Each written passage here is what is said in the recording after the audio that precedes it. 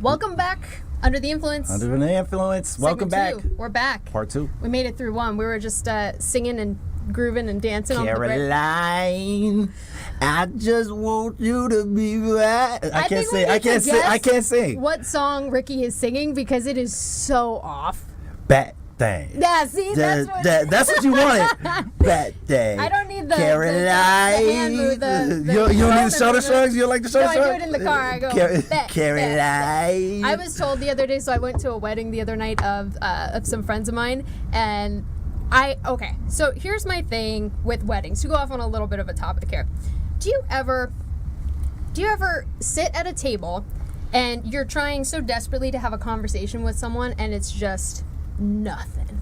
They just have no people skills at all. Just nothing. And it's not even just necessarily the table, it's the whole it can be a whole wedding party, and it's not just necessarily this wedding. I have been to so many where it's just like you're sitting next to someone and you've got a great group, and then you've got one and you're just like, man, this is a rough conversation. Because nobody wants to talk at a wedding. No, but at the reception table, people want to talk, right? Isn't that where they're drinking and the party's starting? They drink after the open bar. Well, when it's an open bar, then everybody starts loosening up. But everybody just like, hey, get this thing over with. Come on. No, but that's the ceremony. Get this thing over with. No, see, I am so excited when I go to weddings about the food and the dancing. And one of my good friends, he saw me breaking out my little moves. Not your whatever, but I got some moves. They're hidden. They are. I gotta see these moves. They're reserved for the club. But he called me Elaine from doing these, rolling back. He called me Elaine from Seinfeld, and I've never seen that show, but they showed me like where she does the little kick thing,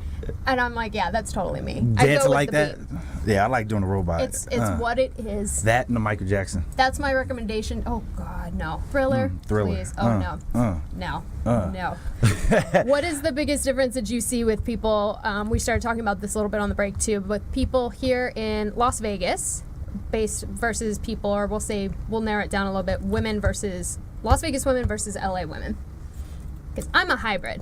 I go both ways. Oh God, that's right. Ooh, I like that. Oh gosh. Going both ways. No. Yeah. I am not bi-coastal because we're right next door to each other. I am both states. I go both states.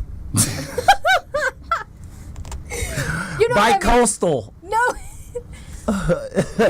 So, to answer your question, dating in Vegas and dating in LA, I don't know. It's dating in LA. I wasn't really dating in LA. It was like more of me on the run in LA. In Vegas, What are you on the run? What are you on the run from the police? What do you mean on the run? Well, I was just kind of on the go 24/7. I wasn't really focused on dating when I'm pretty much in LA. The show will be canceled next month because Ricky has a warrant out, apparently. They ain't gonna find me. If they can get here in the next 45 minutes. But dating in Vegas is, I don't know. It's different with like club girls, because club girls, they were like, oh, what can you do for me, type of thing. Like what networking opportunities can you give me, or what? It's pretty much a networking thing. Out here? And especially in LA, like I think more in LA is, what can you do for my career? Yeah, no. What can you do for my career? How can you help me out? How can I help, or how can you help me get to the next step? Well, that's interesting too, because in LA, and it's not to just alienate everybody else, because I'm actually very interested to see how it is in other parts of the world. But in LA, everywhere you go, it is waiters, waitresses are like, oh, I'm an actor, I'm an actress, I'm a musician, I'm a this. Here, I mean, with even working with Salt and Pepper Entertainment Group, like trying to find the actors and the actresses and all that stuff, I meet more comedians than I do actors and actresses. Yeah. And it's crazy to me.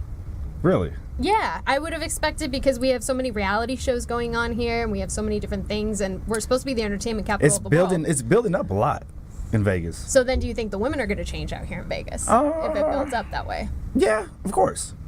Yeah. What are you going to do for my career is what's going to happen.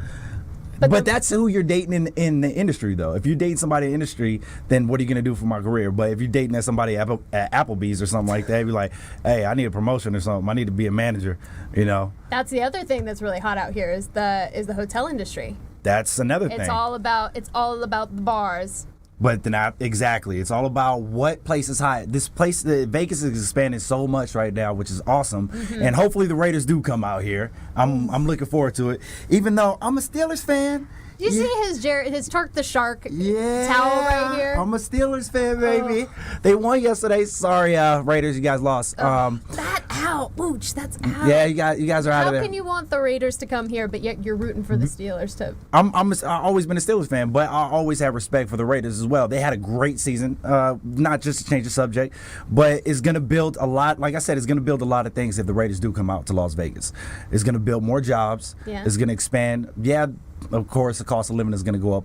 Oh yeah, but the cost of living here isn't that bad. Oh, it's easy, especially if you work in the service industry too. If you work in the service industry, then you're making great money, and you get to live however you want. Like a king. You can have a 3 to 5 bedroom house, less than $250,000. That's true. And you know what? You know what else is when you compare it, especially to like San Francisco, or to not keep bringing up LA, but LA and New York, it's expensive. It's insane. And I messed up my life. I gotta tell you, I did the whole thing. I went to college. I was good. I studied. I was a little bookworm, a little book nerd. I totally messed up my entire life because I could have just gone to be a bartender. The bartenders here make bank, and I am.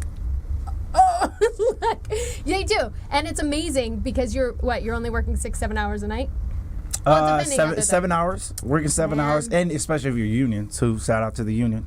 Are you union? Yeah. Oh gosh, see, I messed up. I did something. So pay them dues. Pay them dues. Pay them dues. Pay them dues. Nah, but as far as even all right, let's go back to this. Let's go back to the dating.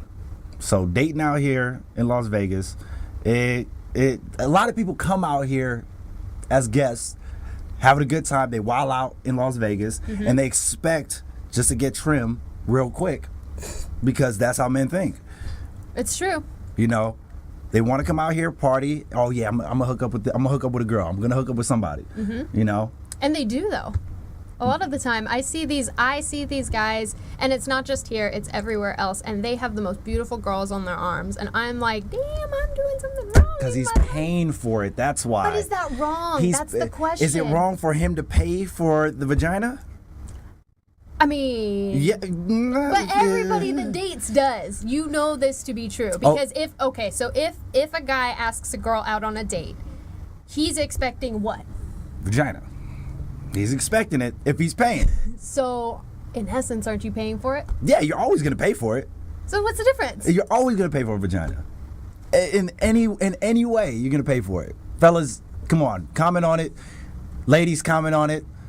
You're going to pay. If men are always going to pay on it or pay for it automatically on a date, unless you go Dutch on a date, then. Which I'm all about. Because she ain't giving up the draws. Exactly. I need people to know that is not happening. She got a chastity belt. Chastity belt this big on. Wow. It covers up her diapers. Covers up. It's like Huggies. Huggies chastity belt. It's perfect. Damn, really? Shout out to Huggies. No. Huggies, you better sponsor us. Yep. We need that sponsors. We're waiting for it. Chastity belts. Chastity belts. Ricky's sets too, I gotta tell you, the sets that I've seen, he's keeping it very tame right now, which as we're learning, but damn it! But he's just waiting to drop. I'm not gonna drop the F-bomb. I'm not gonna drop the F-bomb on you yet. I know we got like half an hour more, so you can't drop the F-bomb yet. Probably on the last segment, maybe. You might get it. You might get it on the last one. Well, the last segment we were talking about this. We may or may not have. We were playing Rock'em Sock'em Robots in the lobby, so I was kicking someone's ass, it's fine. She got in my ass. I did. It was fine. And then we got our butts kicked by some young kids.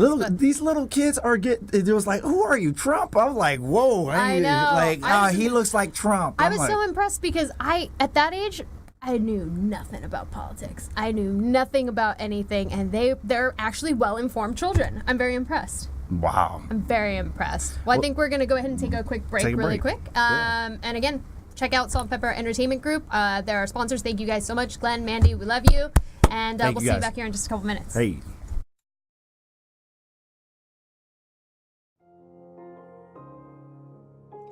Salt and Pepper Entertainment Group, your one-stop shop for photography, videography, and voiceover needs.